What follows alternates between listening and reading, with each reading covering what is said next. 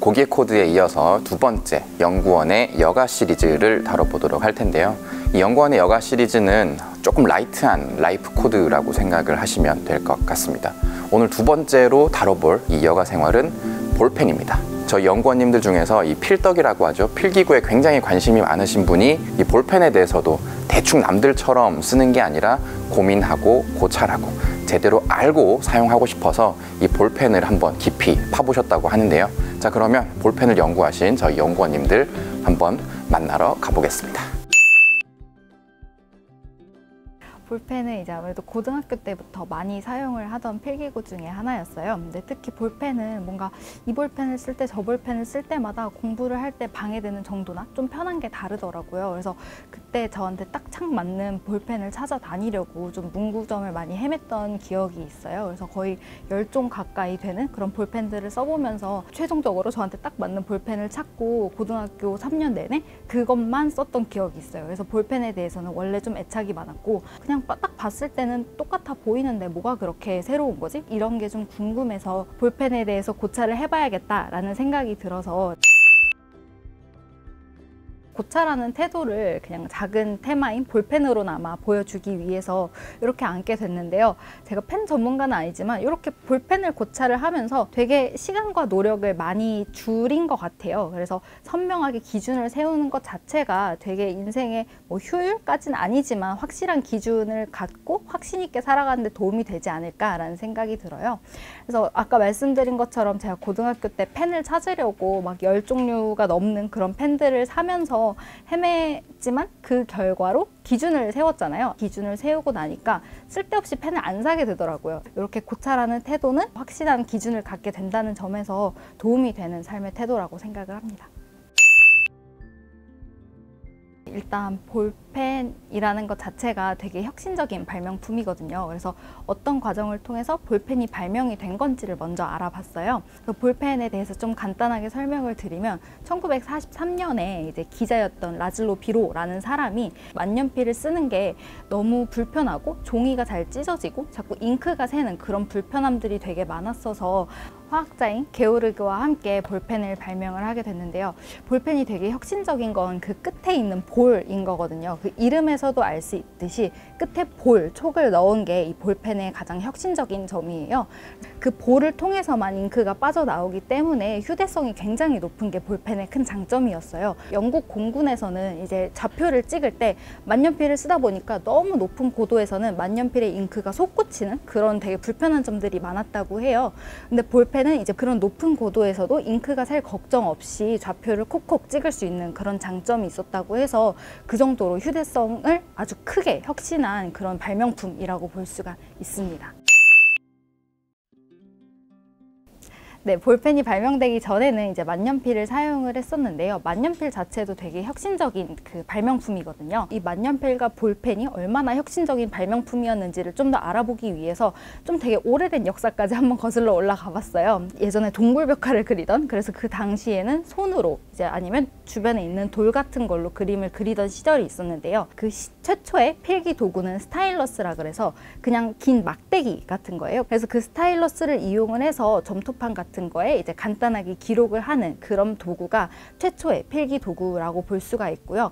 이제 파피루스를 사용을 하게 되면서 잉크와 함께 갈대펜이라는 걸 사용을 하기 시작해요. 그때가 한 기원전 3000년 전쯤인데 그 당시에는 이 갈대를 뜯어서 거기에 홈을 내서 잉크를 찍어서 쓰던 방식, 그런 식으로 갈대펜을 사용을 하게 되었었어요. 근데 이 갈대펜이라는 게 끝이 자주 마모가 돼서 계속 갈아줘야 한다는 단점, 그리고 이제 너무 이제 끝이 두껍다 보니까 종이를 자주 찢는다는 단점이 있었어요. 그래서 이런 점을 좀 개선을 하기 위해서 나온 게 깃털펜인 거거든요. 이 깃털펜은 이제 갈대펜과 다른 점이 무엇이냐면 좀 더 부드러운 종이에다가 얇은 글씨를 쓸 수 있다는 장점이 있었어요. 그래서 새, 까마귀 같은 그런 새들의 깃털을 뽑아서 그 끝을 갈아서 이제 갈대펜과 마찬가지로 잉크를 찍어서 글씨를 쓰는 그런 방식으로 깃털펜을 활용을 했었고요. 깃털펜도 여전히 단점은 있었던 게 끝이 계속 마모가 되다 보니까 계속 갈아줘야 된다는, 그 뒤로 나오게 된 게 딥펜이라는 건데요. 딥펜의 다른 점은 끝에 촉이 금속이었다는 점이었어요. 그래서 앞에서 뭐 갈대펜과 깃털펜은 다 끝을 갈아줘야 했었잖아요. 근데 그런 단점들을 혁신적으로 뭔가 개선시킨 그런 펜이라고 볼 수가 있는 거죠. 하지만 딥펜을 사용을 하던 때까지만 해도 잉크를 어느 정도 머금게 한 다음에 쓰는 방식이었어서 항상 잉크병과 펜을 세트로 들고 다녔어야 됐어요. 그러다 보니까 잉크병을 이렇게 가방에 넣고 다니거나 손으로 들고 다니다 보면 쏟겠죠. 그래서 어떤 그 루이스 워터맨이라는 사람이 중요한 계약을 앞두고 잉크병이 확 엎어져 버리면서 계약이 완전 파기가 된 거예요. 그런 이제 그 일을 계기를 삼아서 이제 루이스 워터맨은 만년필을 좀 발명을 해야겠다. 뭐 그 당시에 이제 생각을 했던 거는 잉크가 너무 병으로 들고 다니기에는 불편한데 잉크를 펜 안에 휴대를 하면서 다닐 수 없을까?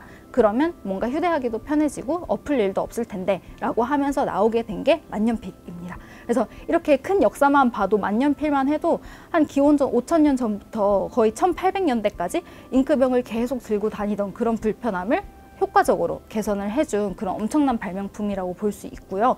이제 만년필에 이어서 이제 볼펜 또한 더 휴대성을 한층 더 업그레이드 시킨 그런 혁신적인 발명품이라고 볼 수 있기 때문에 이런 역사를 통해서 볼펜에 대해서 좀 더 이게 엄청난 발명품이구나 라는 걸 알 수 있게 됐습니다.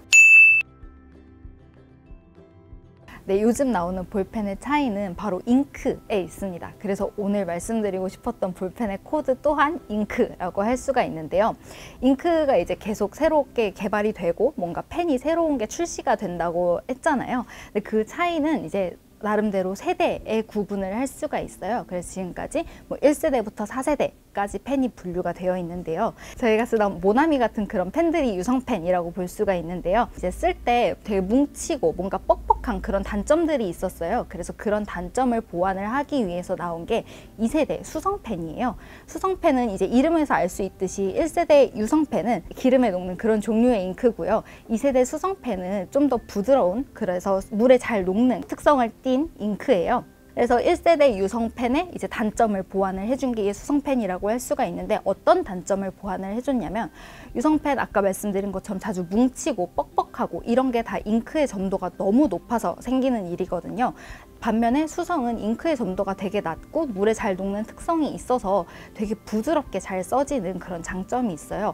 근데 물에 잘 녹다 보니까 물을 좀 쏟거나 아니면 코팅이 된 그런 종이 위에다가 쓰면 잘 번진다는 단점이 있었어요. 그래서 1세대도 유성도 되게 좋은데 단점이 있고, 2세대 수성도 좋은데 단점이 있고, 이렇게 각각의 장단점을 비교를 하다가 열리게 된 게 중성펜의 시대거든요. 그래서 3세대, 4세대는 중성펜이라고 크게 분류를 하는데, 그 각각에도 분명한 차이점, 특징이 있어요. 그래서 3세대는 좀 더 수성에 가까운 중성펜이라고 보시면 될 것 같고, 4세대는 유성에 가까운 중성펜이라고 보시면 될 것 같아요. 그래서 3세대는 수성의 그런 장점들, 발색이 뛰어나다, 색이 되게 선명하다, 그리고 부드럽게 잘 써진다, 이런 장점을 되게 유지를 하고 싶은데 너무 잘 번져. 그래서 그거를 보완을 하고 싶다라고 해서 3세대 펜이 나오게 된 거고요. 4세대 볼펜은 이제 유성에 가까운 중성펜이라고 말씀을 드렸는데요. 좀 더 유성의 특징이 더 좋아. 잘 안 번지는 거? 조금 뭉치긴 하지만 잘 안 번지는 게 되게 중요한 특성인 것 같아. 근데 이 뭉침, 뻑뻑함은 좀 어떻게 개선을 할 수 없을까? 라고 해서 나온 게 4세대 펜이에요.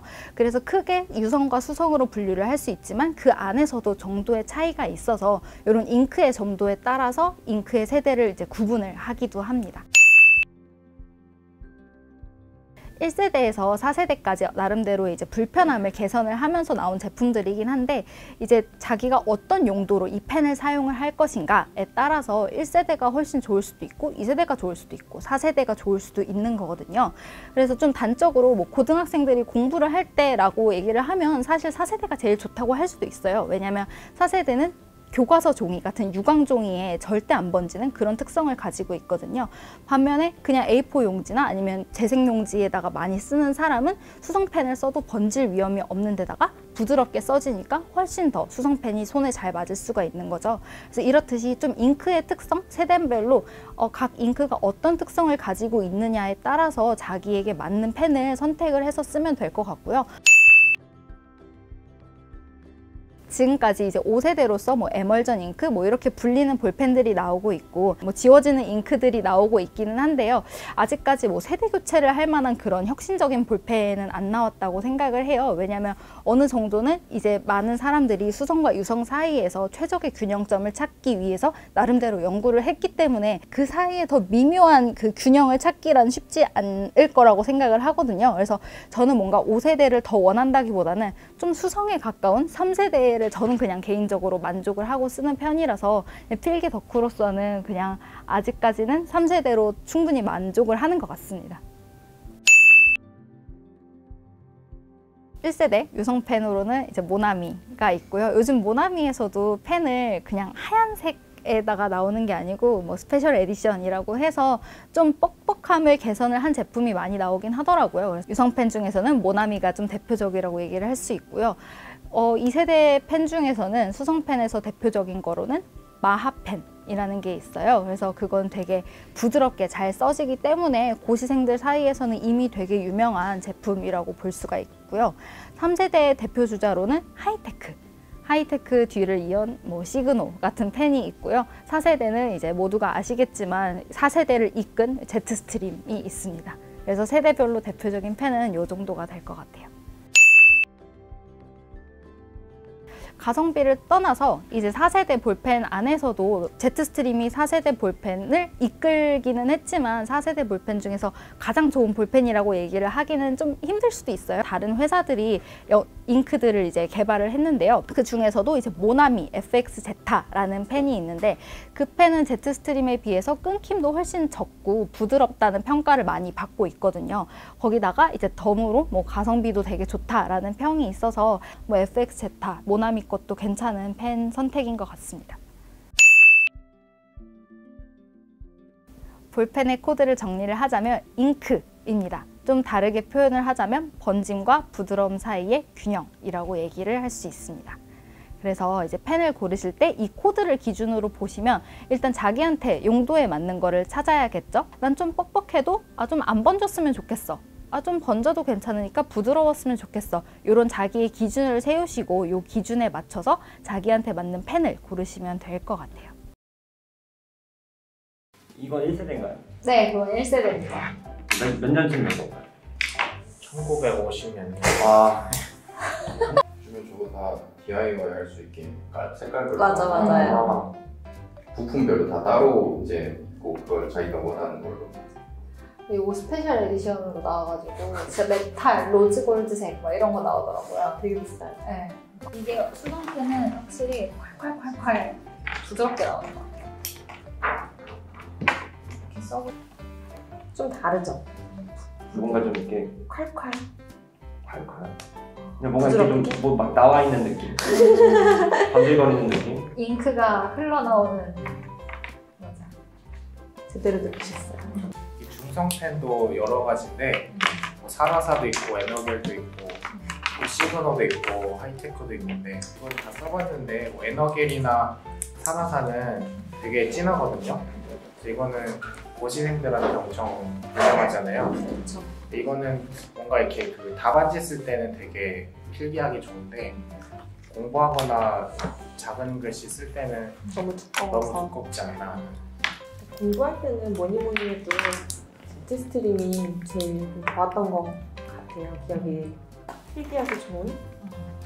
이게 제트스트림보다 더 좋다고 얘기를 하던데 어떤가요? 이거 모나미 거예요. 얘랑 한번 비교해 보시겠어요?